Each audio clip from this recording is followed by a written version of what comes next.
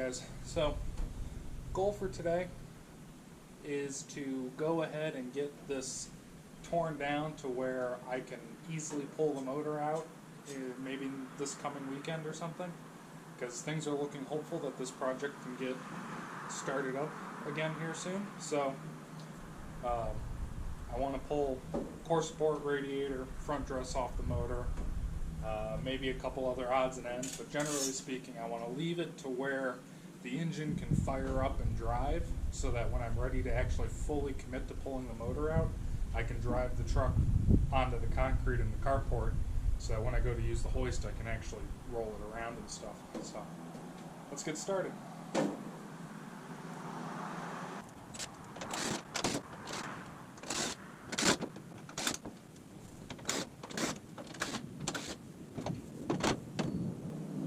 So I had bought these screws from LMC because they're supposed to be like factory replacement, and these things are going bad pretty quickly. Like, they're all getting corrody and rusty. I'm actually pretty disappointed in them. Luckily they weren't that expensive, but from what I've been hearing around and my experiences with it, LMC is not that fantastic of a company to buy stuff from, and their website is a pain to use.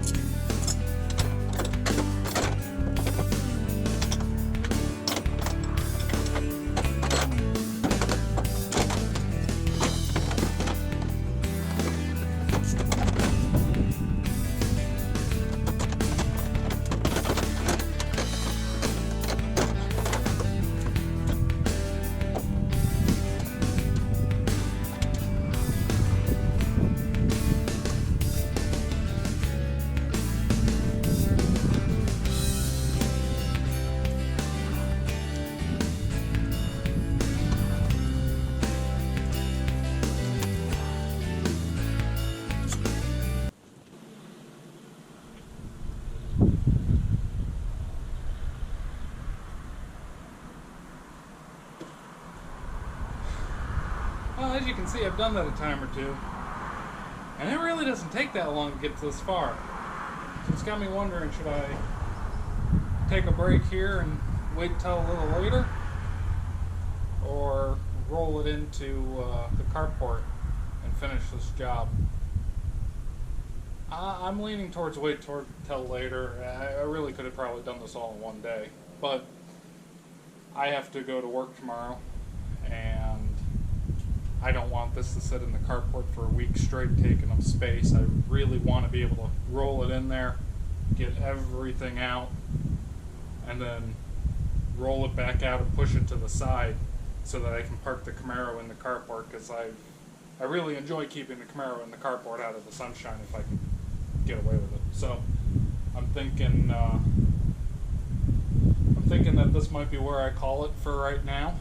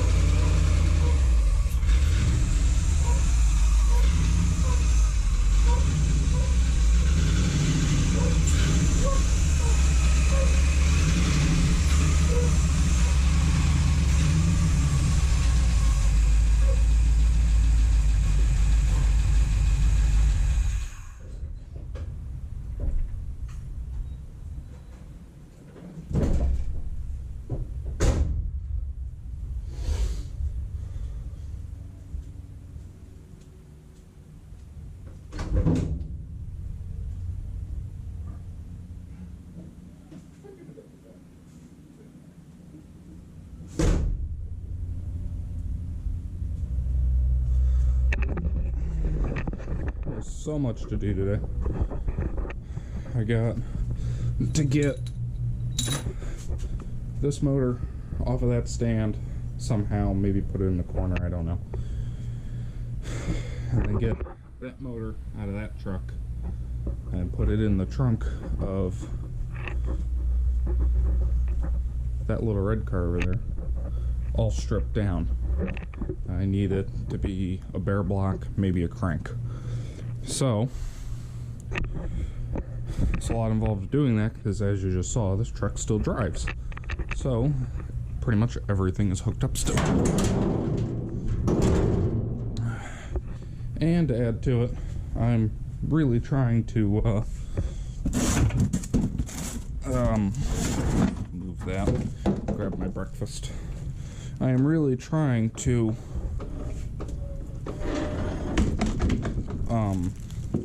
get all of that done by about 1 o'clock today, because the machine shop's only open till 2. So if I can be done with it, have all this in the truck by 1, or in the car by 1, I can have it at the machine shop and get it started on.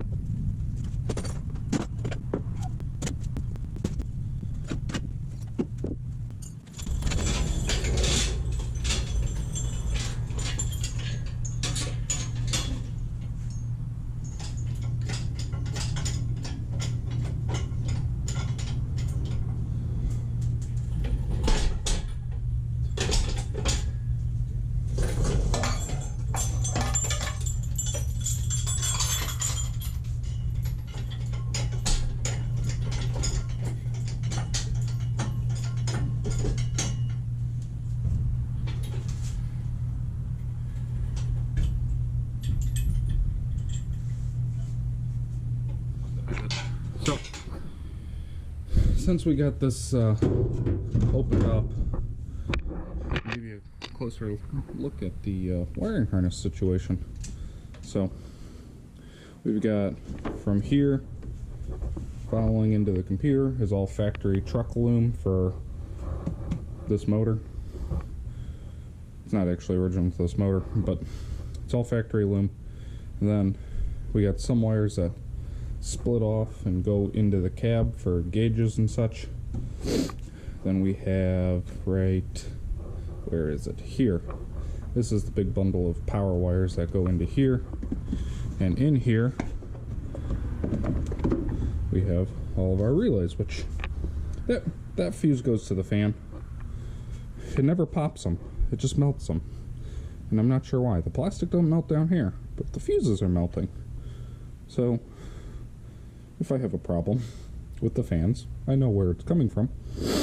But yeah, I've got that little fuse box. Some of these are spares, some of these are not. They got 2 fan relays, fuel pump relay, computer relay, and one of these goes to the air compressor because I wanted it on the relay instead of the switch. But yeah, pretty simple, pretty straightforward. These LS swaps are actually really simple. I did not realize just how easy they were until I got my hands on one. It makes sense why people do them. Here we got a lot of stuff to be taken apart, so let's see if I can get you set up where you can watch. One of the downsides to the way I did this, and I didn't think about it in advance, is I wired the harness in such a way that the only way to take the motor out is to leave the harness in the truck. That was kind of dumb. Luckily it's not that big of a deal because I've got room to work with, but it was really poor planning. Something I did not seem to think about when I was first doing this swap.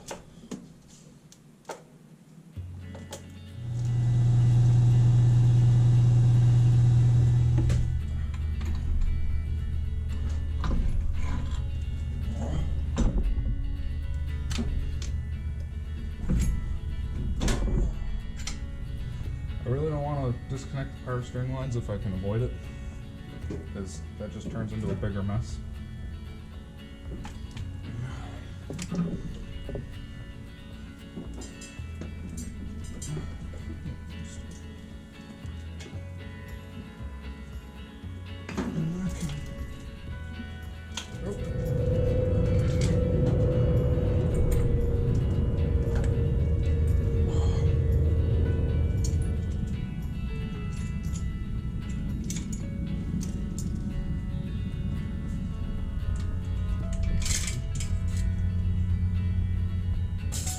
So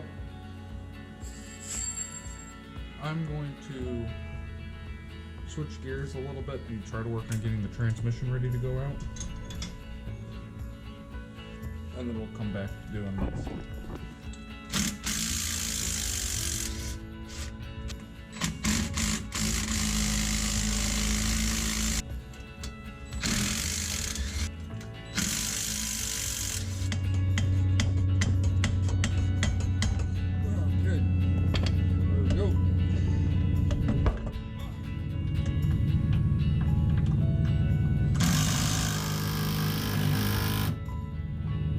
Ditch that stuff. Go get it. Hell yeah. Hell yeah. Oh man, that's awesome.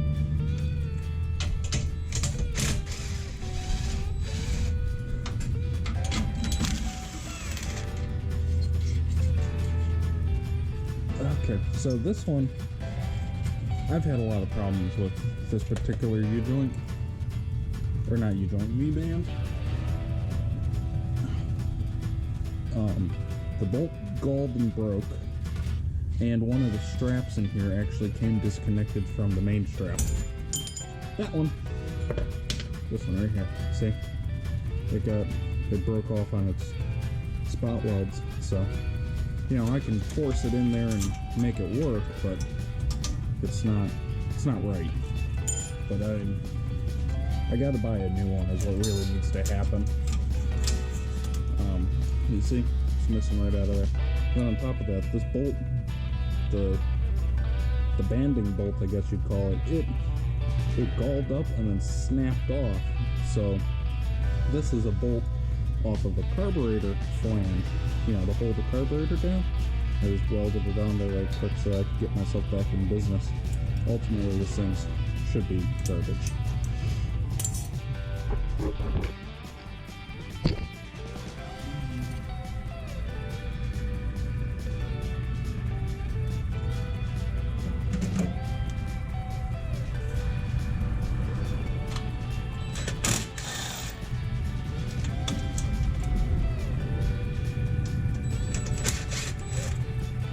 Way out of the transmission.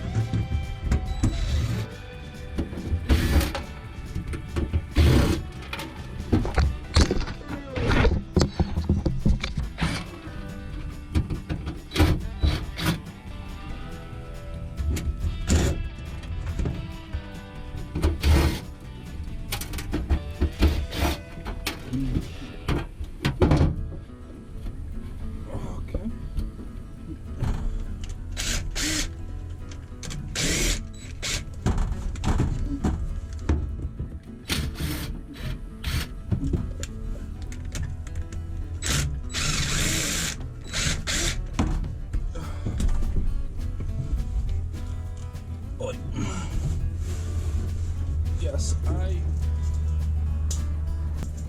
in my hand, doctor.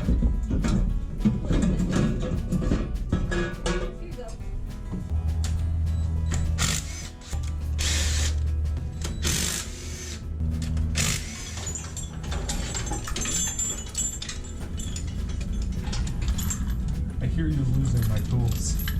I didn't lose any of them.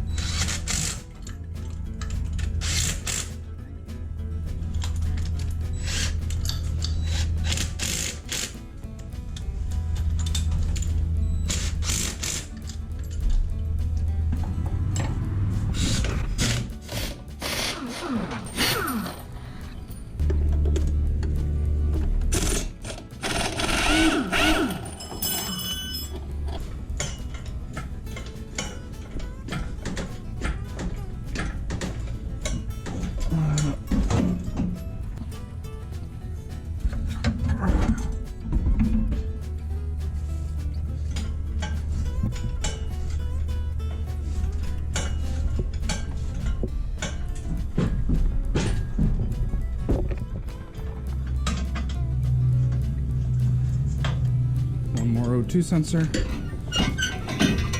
Oh, there we go.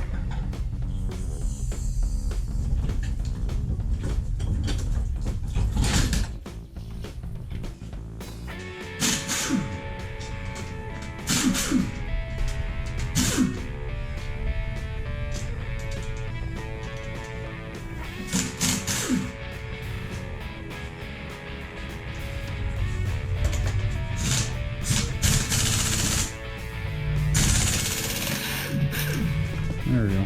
That's it. Yeah, I didn't have enough room to get a wrench in there, or a socket, or anything. So I had to do weld a bolt on there.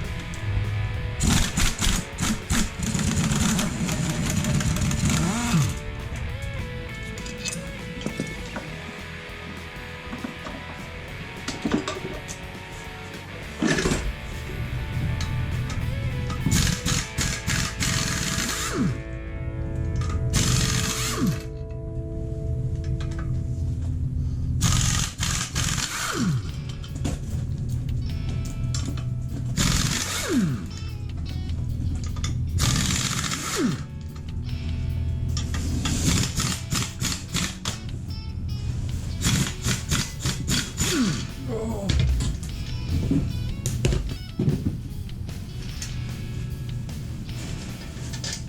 Kaden. Don't eat it.